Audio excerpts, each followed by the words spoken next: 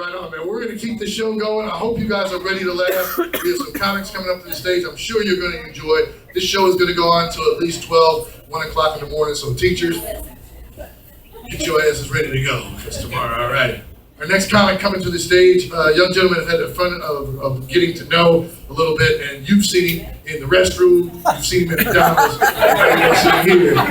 Please welcome Tim Kirby. Tim Kirby, too. Tim Kirby. Thanks a lot, Elliot. I appreciate that. The predator around, that's just fabulous. How you guys doing? Good. It's nice to be out. Nice to get out, right? And I'm glad to be out because it was hard getting out of my house today. Really hard. I had to clean the litter box, get a new bag of food, put a fresh bowl of water out. It's a lot of work taking care of your parents. But yeah, anyway, hey, let me ask you, who's Facebook fans here? You Facebook people? Everybody knows Facebook, right? Yeah. And I'm a Facebook fan. I like Facebook, but recently Facebook's starting to drive me crazy because they're always putting stuff in my news feed that I don't necessarily want to see, right?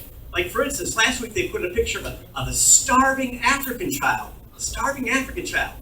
Well, what caught my attention was the caption underneath. It said, "This child can eat for as little as 39 cents a month." And I thought, wow, this kid is amazing. He can really stretch $1. Where does he shop? Yeah, but in fact, I was so impressed with this kid, I'm thinking of actually adopting him. He's got to show this to my wife. If he can do that with 39 cents a month, what can you do with my income? We could be living on South Beach. People say, how'd you get all this? African child. Get one. They're amazing. But I know why Facebook puts things in our newsfeed. It's based on who we follow, who we like, right? So I decided I would confuse Facebook by following pages that were opposite or contradictory, right? For instance, I'm following Mensa, and Fox News. Back to that one in just a moment. I'm following PETA, and Michael Vick. I'm following the Department of Immigration and Home Depot. I'm following blondes and bondage and teenage trollops, just for me.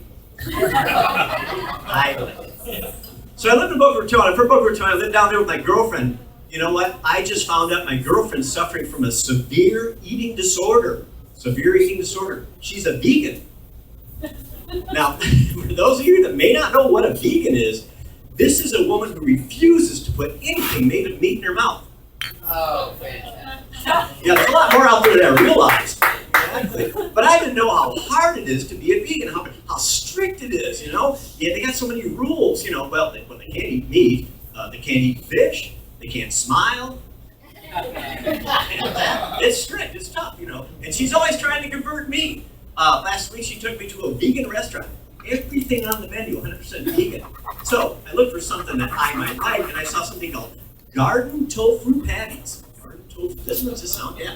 So I asked the waitress, a vegan herself, how are the garden tofu patties? And she said, they're delicious. They taste just like chicken. I thought, how does she know?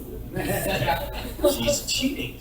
But I found out that a lot of vegans become vegans because they suffer from an intolerance issue. A lot of vegans can't tolerate cheese. Many vegans can't tolerate eggs. A lot of vegans can't tolerate other people's opinions. We're always fighting about food, always arguing, she doesn't like what I eat, I don't understand what she eats. Our refrigerator is actually segregated, so our foods won't co-mingle, right? But she still complains. She says, your hot dogs keep touching my tofu. Your hot dogs keep touching my tofu. Well, I don't think the problem is my hot dog. My hot dog is doing what comes natural for hot dogs. I think the trouble is her tofu. I think my hot dog is touching your tofu because of the way your tofu is dressed. Little see-through container, just asking for it. Yeah, so like I say, living with vegans is hard. So I tried to convert me. I talk about her a lot, and I knew her for a long time before we started living together. I knew her for a long time before that. And I always thought she'd be okay, you know, if she was with the right guy. Now that we've been living together for a while, I'm looking for that guy. One more thought, yeah. You know, because she's a vegan, she's also into animal rights, you know, PETA, all that. So I wanted to show her that, hey, I like animals too. So I decided, I went out and I bought something nice for our cat. I bought him a little cat outfit. Little cat hat, little cat mittens, and I thought he looked adorable. But when she gets home and she sees the cat, she gets all pissed off. She goes, "You tried to anthropomorphize the cat." I don't think so. What does that mean? She goes, well, to anthropomorphize an animal means to put clothes on it in an effort to give it human traits and qualities. And that is cruel and humiliating to the animal. Well, I don't think just by putting clothes on an animal, you can give it human qualities. Hasn't worked for her. She doesn't like that one either. All right, I'm Tim Kirby. I'm going to turn you back over to LA. You guys are great. Have a good time. Tim Kirby, one more time. Tough issues. Anthropomorphizing a cat.